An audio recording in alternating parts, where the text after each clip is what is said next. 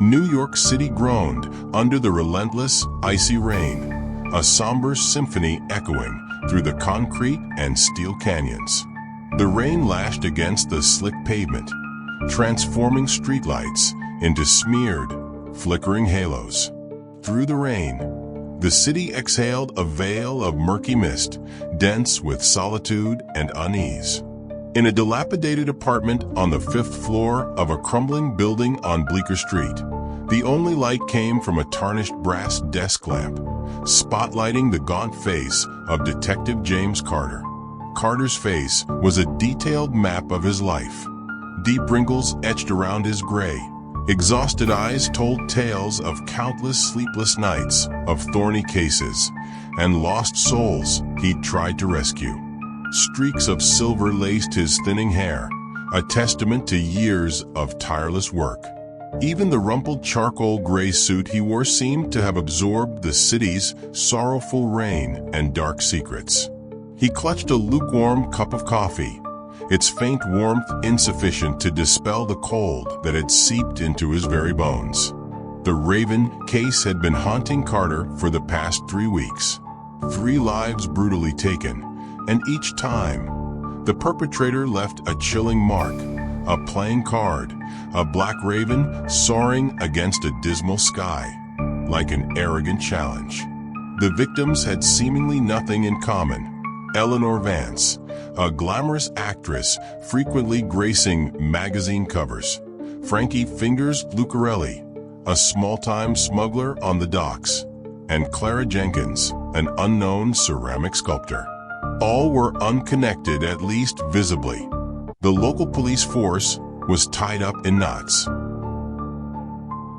Carter, with his wealth of experience and a deductive ability that bordered on unnerving, was called in to help.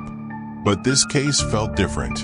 The evil within the Raven seemed tinged with something supernatural, something beyond ordinary criminal motives. The killer's orchestration, the ruthless coldness, and the eerie Raven symbol all created a suffocating atmosphere.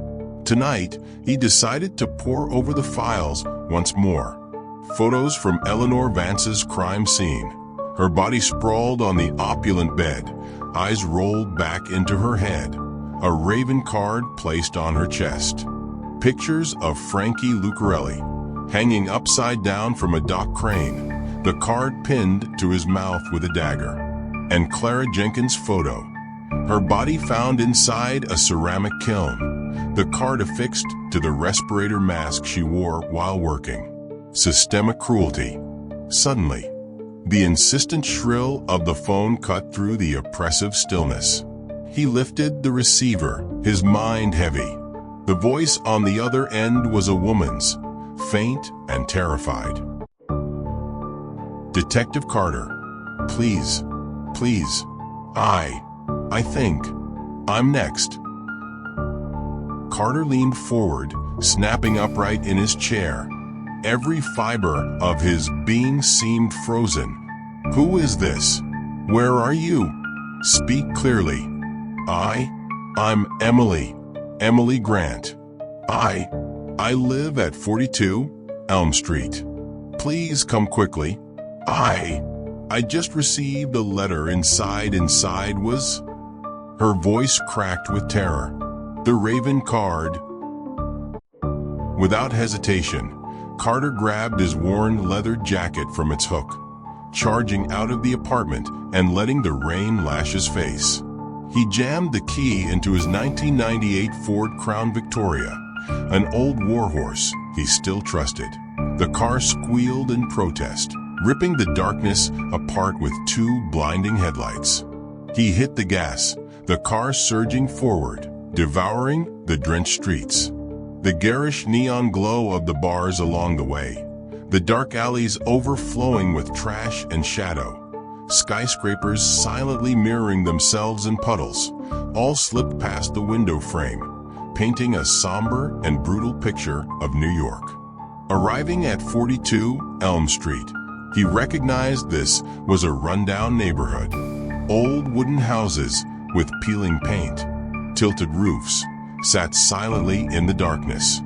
Emily's house was probably the most decent looking, its windows shining faintly, but the weak light emphasized its isolation.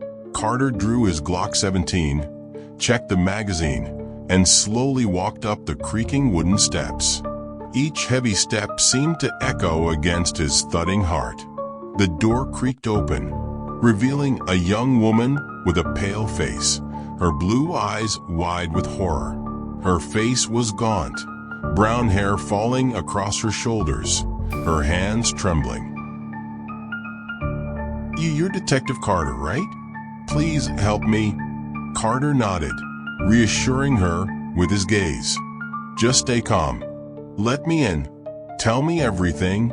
Emily pulled him inside, slamming the door and locking it tightly. The house was small and cozy, but the atmosphere was thick with fear. On the coffee table, he spotted the letter. The envelope was white, no return address, hastily opened. Inside, as expected, was the Raven card. Emily began to speak, her voice trembling. She worked at a nearby flower shop. That morning, when she opened the store, she found the letter slipped under the door. She knew about the Raven case from the newspapers and instantly realized she was in danger. Ever since, she'd felt like someone was watching her, lurking in the shadows. Carter listened, his instincts telling him that this was no game. His eyes swept the room, searching for clues. He noticed several oil paintings hanging on the walls. They were clumsily painted, yet exuded a deep sadness. Emily was probably a lonely woman, seeking solace in art. "Do you have enemies? Who would want to hurt you?" Carter asked, his voice stern. Emily shook her head. "I don't know. I live a normal life. I have no enemies." Carter didn't believe her. Someone was targeting her, and the reason probably lay deeper than she knew. "I'm staying here tonight to protect you." Emily breathed a sigh of relief, her eyes showing gratitude. "Thank you, Detective Carter." Night fell, and the rain continued to pour. Carter sat in the living room, his eyes glued to the windows. Outside, darkness was impenetrable, only pierced by dim streetlights. A suffocating silence, broken only by the sound of rain and whistling wind. Suddenly, he heard a soft noise from the back of the house, the snapping of a twig. Carter jumped up, Glock in hand, moving to the back door. He opened the door, stepping outside. Rain slammed into his face, blurring his vision. He looked around, only saw a black cat sitting on the fence, its golden eyes glaring at him. Carter sighed in relief, but at that moment, a piercing scream echoed from Emily's bedroom. He rushed into the room, finding Emily standing in the middle of the floor, ashen-faced, pointing towards the window. "He's out there." Carter looked out the window. In the rain, he glimpsed a tall, dark figure standing under the old oak tree, their face obscured by a wide-brimmed hat. The figure held up a playing card. This time, not the Raven, but the Ace of Spades, the symbol of death. Then they vanished into the darkness, as if swallowed by the rain. Carter didn't give chase. He felt a shiver crawl down his spine. This person wasn't ordinary. They knew his moves. They were toying with him. He turned back, reassured Emily, and decided to take her to a safe house. He called his colleagues, requesting a patrol car. While waiting, he realized something strange. Emily's hand was clutching a piece of paper. He pressed her to show it. She hesitatingly unfolded it. It was a poem, written in black ink on aged parchment. He read silently. "In the darkest night, the raven will arrive, bringing a foretelling death. Those who harbor sins won't escape. Justice will reach forth and will strike." "This poem, where did you get it?" Carter asked, his voice barely above a whisper. Emily stammered, I don't know. It was in my coat pocket." Carter shivered. He wasn't just a killer. He was a fanatic believing in some dark justice. And more terrifying, he seemed to know his past. The next morning, at police headquarters, Carter dug deeper into the investigation. He contacted surviving victims from the case from years past. The case that had made Victor Kane corrupt to the point to become a monster himself. Kane, who vanished without trace and with a dark aura over what they said the cop he grew up alongside. He checked everything possible until this. He kept losing sleep about a person out there. In the files, Carter found it. Victor Kane. Police. His cold black eyes still burned, and it seems an old evil still watched over. His gut never let things so out to die.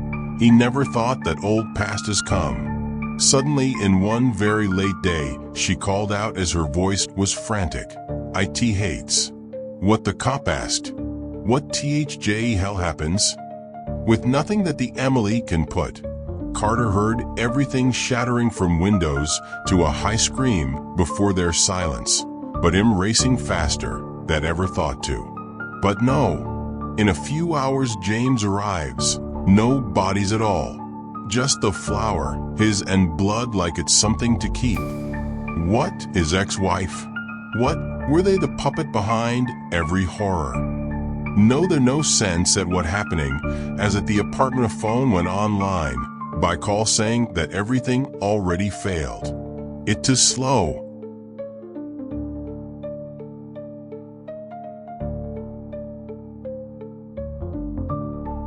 Tell us what part shocked you the most. Let's build more conversation that the show never had.